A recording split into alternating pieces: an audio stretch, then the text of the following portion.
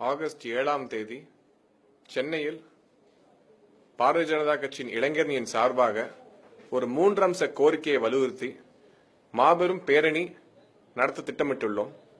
இந்த பேரணிக்காக தமிழகம் முழுவதிலும் சுற்றுப்பயணம் மேற்கொண்ட பொழுது மக்கள் படும் அவதிகளையும் குறிப்பாக இளைஞர்களும் பெண்களும் எவ்வளவு பாதிப்படைந்துள்ளனர் என்பது தெள்ளந்தெளிவாக தெரிய வருகிறது.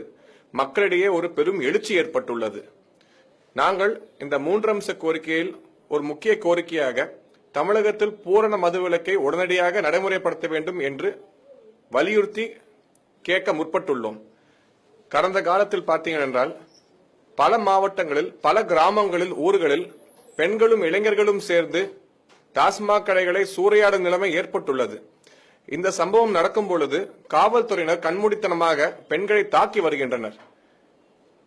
இந்த மாதிரி நடந்து கொள்ளும் அதிகாரிகள் யாராக இருந்தாலும் மாநில அரசு உடனடியாக பணியிடை நீக்கம் செய்ய வேண்டும் என்று எச்சரிக்கை விடுத்து நாங்கள் இங்கு கேட்டுக்கொள்கிறோம்.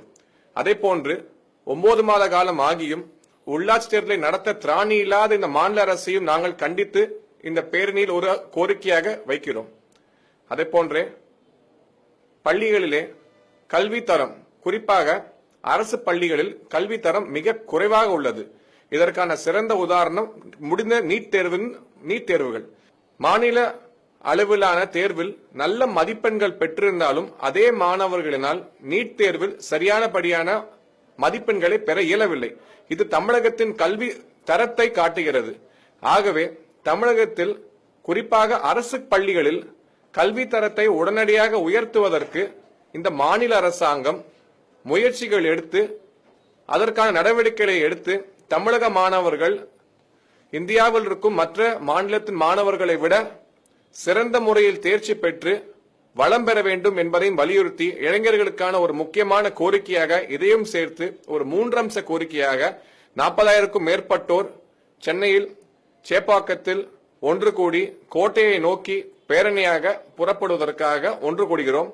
இந்த நிகழ்வில் எங்களது தேசிய இளைஞர் தலைவர் திருமதி பூனம் மகாஜன் எம்பி அவர்களும், தேசிய இளைஞரணியின் பொறுப்பாளர் திரு முரளிதரராவ்ஜி அவர்களும், எங்கள் மாநிலத்தின் தலைவர் திருமதி தமிழிசை சவுந்தரராஜன் அவர்களும் கலந்து கொண்டு இந்த நிகழ்ச்சியை சிறப்பிக்க உள்ளனர்.